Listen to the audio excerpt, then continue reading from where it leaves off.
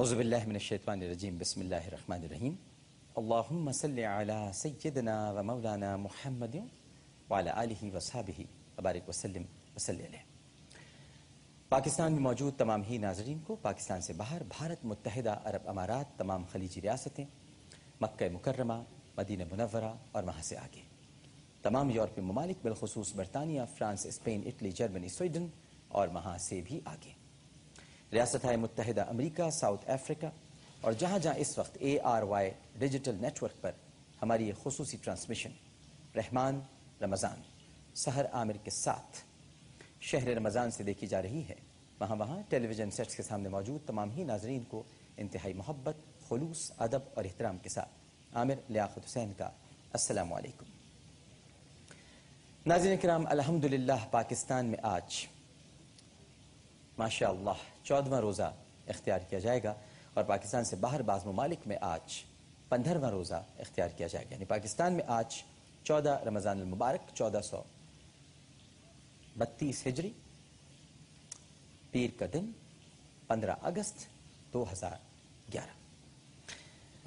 ناظرین کرام، حسد ایک ایسی بیماری ہے جو کسی انسان کو اگر لگ جائے تو وہ خود تو جلتا ہی ہے اس میں، لیکن کوشش کرتا ہے کہ دوسرے بھی اس سے جلیں۔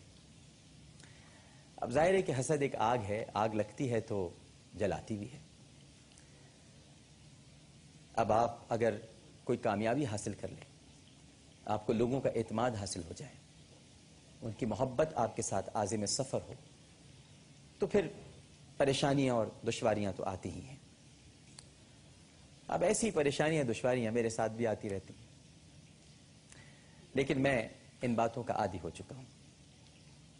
میں جانتا ہوں کہ جھوٹ کس طرح سے پھیلایا جاتا ہے اور اس کے لیے بڑا کام کیا جاتا ہے، بڑی محنت کی جاتی ہے، بڑی ایڈیٹنگ کی جاتی ہے اور پھر ڈبنگ بھی کی جاتی ہے۔ تو بہرحال اگر کوئی ایسے نہیں جیت پا رہا تو ویسے جیتنے کی کوشش کر لیں، لیکن بہرحال فتح تو سچائی کی ہوتی ہے۔ یہ بات میں آپ سے اس لیے کہہ رہا ہوں کہ گزشتہ رات سے ایک ویڈیو اسپریڈ ہو رہی ہے، ایک فیک ویڈیو، جس میں بڑی خوبصورتی کے ساتھ ایڈیٹنگ اور ڈبنگ کی گئی ہے، اور یہ تو کسی چینل کا ہی کام ہو سکتا ہے اور آپ اچھی طرح سے جانتے ہیں۔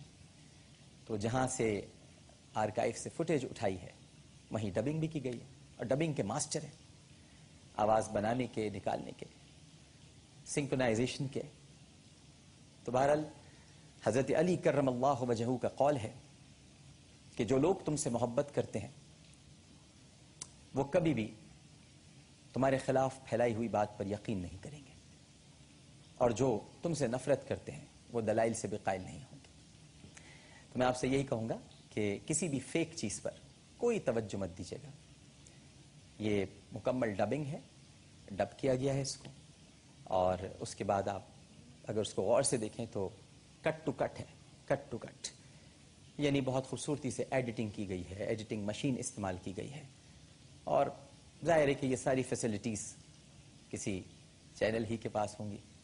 اور پھر اس کے ساتھ ساتھ یہ بھی یاد رکھیے کہ جہاں ختم نبوت کے تحفظ کی قسم کھائی جاتی ہے، وہاں پر کچھ عناصر یقیناً ایسے ہوتے ہیں جو کہیں نہ کہیں موجود ہوتے ہیں، اور کہیں نہ کہیں سے کوئی نہ کوئی باریک بینی کے ساتھ اپنی سازشیں کرتے ہیں۔ ہمیں ان سازشوں کو نہیں سمجھنا چاہیے۔ جو زبان نبی کریم صلی اللہ علیہ وآلہ وسلم کا ذکر کرتی ہو وہ فحش گوئی نہیں کر سکتی، فحاشی وہاں سے ہو نہیں سکتی۔ لاکھ آندھیاں چلیں، طوفان آئیں، محبتوں اور عقیدتوں کا سلسلہ کبھی ختم نہیں ہوگا۔ آپ کوشش کرتے رہیے، آپ اپنی تدبیر کیجئے، اور یہ خدا کی تدبیر ہے۔ کسی کے خلاف کچھ کہہ دینے سے یا کر دینے سے کچھ نہیں ہوتا، بات یہ ہے کہ اس میں سچائی ہونی چاہیے، اور سچائی ظاہر ہونی چاہیے، دکھائی دینی چاہیے۔ ایسا ہی ہوتا تو پھر لب بھی ویسے ہی ہل رہے ہوتے جیسے دکھایا جا رہا ہے اور کہا جا رہا ہے۔ لیکن بہرحال آپ سے یہ بیان کرنا اس لیے ضروری تھا تاکہ جو چاہنے والے ہیں، جو محبت کرتے ہیں، جن کو پیار ہے، ان کو یقین ہو جائے کہ ایسا کچھ بھی نہیں ہے۔ دیکھتے ہیں اس وقت ہمارے ساتھ ٹیلی فون لائن پر کون موجود ہے۔ السلام علیکم۔